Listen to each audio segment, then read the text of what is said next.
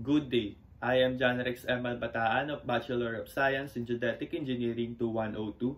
Today I am going to tackle the research entitled Interseismic Deformation and Moment along the Manila Subduction Zone and the Philippine Fault System. The Philippines is situated in the Pacific Ring of Fire, a region of intense tectonic activity.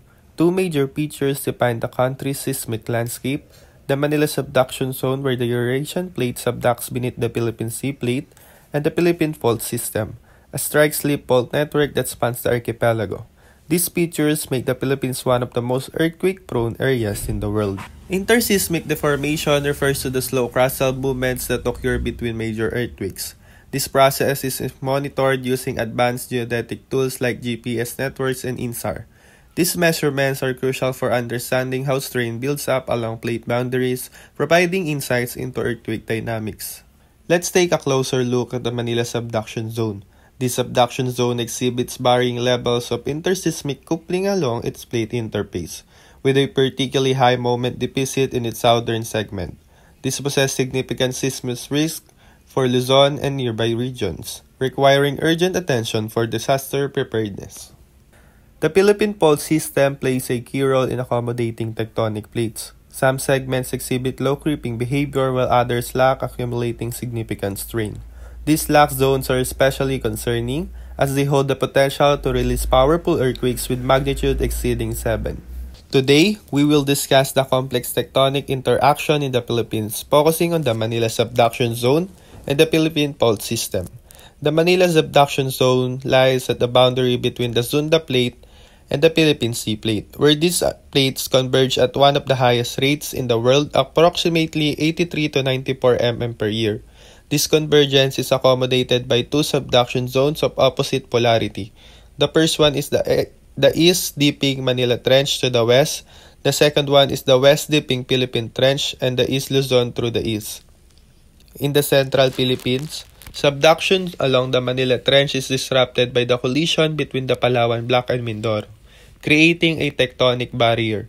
Due to the oblique nature of subduction, the accumulated strain is partitioned between the Manila Subduction Zone and the Philippine Fault System.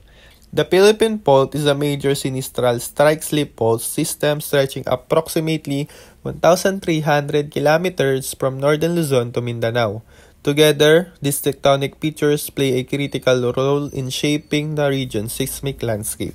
The Figure 1 illustrates the tectonic setting and the GPS velocities in the northern Philippines, highlighting the dynamic interactions between the Sunda Plate and the Philippine Sea Plate. In Panel A, we see that the convergence rates between the two plates range from 83 to 94 mm per year, among the highest in the world. This convergence is accommodated by two primary subduction zones. The first one is the Manila Trench to the west and the Philippine Trench and the East Luzon. Black triangles on the map mark the volcanoes associated with the east-dipping subduction. Active faults such as Philippine Fault, the Abra River Fault, and others are labeled to highlight the key tectonic features. In Panel B, GPS velocities related to the Sunda Plate are plotted. These velocities range from 60 to 90 mm per year, moving in west-northwest to northwest direction. The velocities gradually decrease from north to south and east to west, reflecting the complex regional tectonic motion. Error eclipses represent the 6-7% confidence intervals for the GPS data, while the black lines show major active faults. The port translink labeled AA to DD provide detailed east-west profiles of GPS velocities, which we will explore in more detail later in the presentation. This figure helps us understand how strain is distributed across the region and emphasize the interplay between subduction zones and strike-slip faults.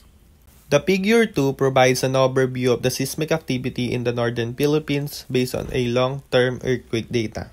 In Panel A, we see seismic events recorded by PBOX.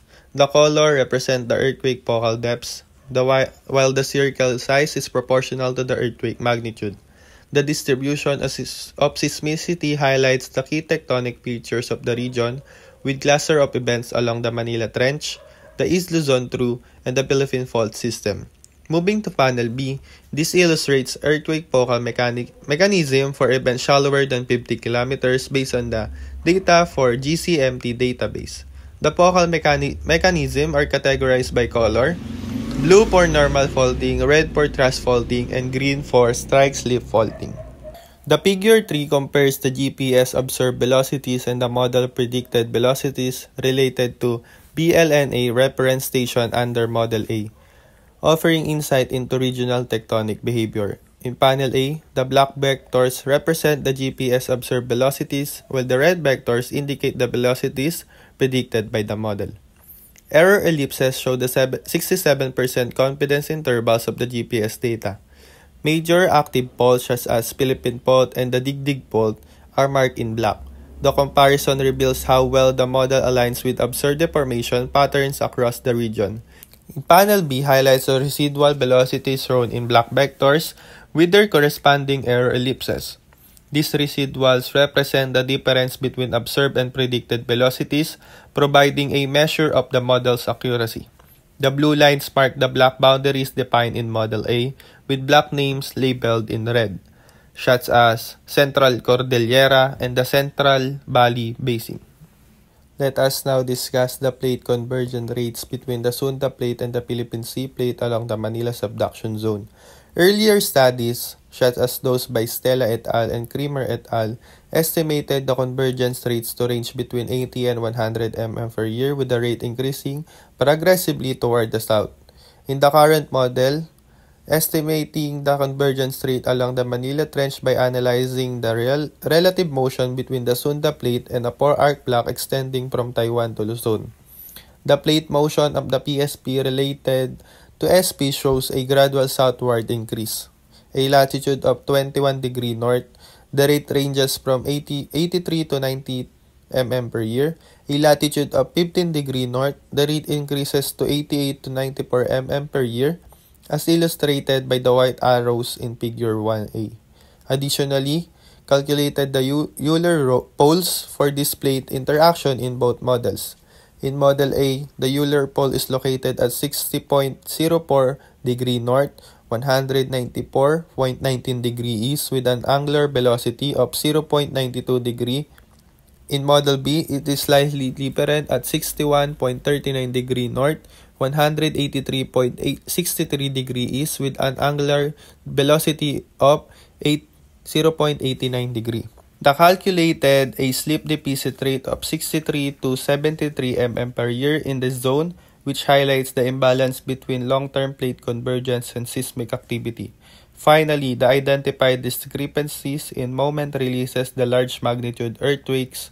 This mismatch, combined with increasing uncertainties in recurrence intervals derived from the historical earthquake catalogs, underscores the challenges in predicting seismic hazards accurately in this region.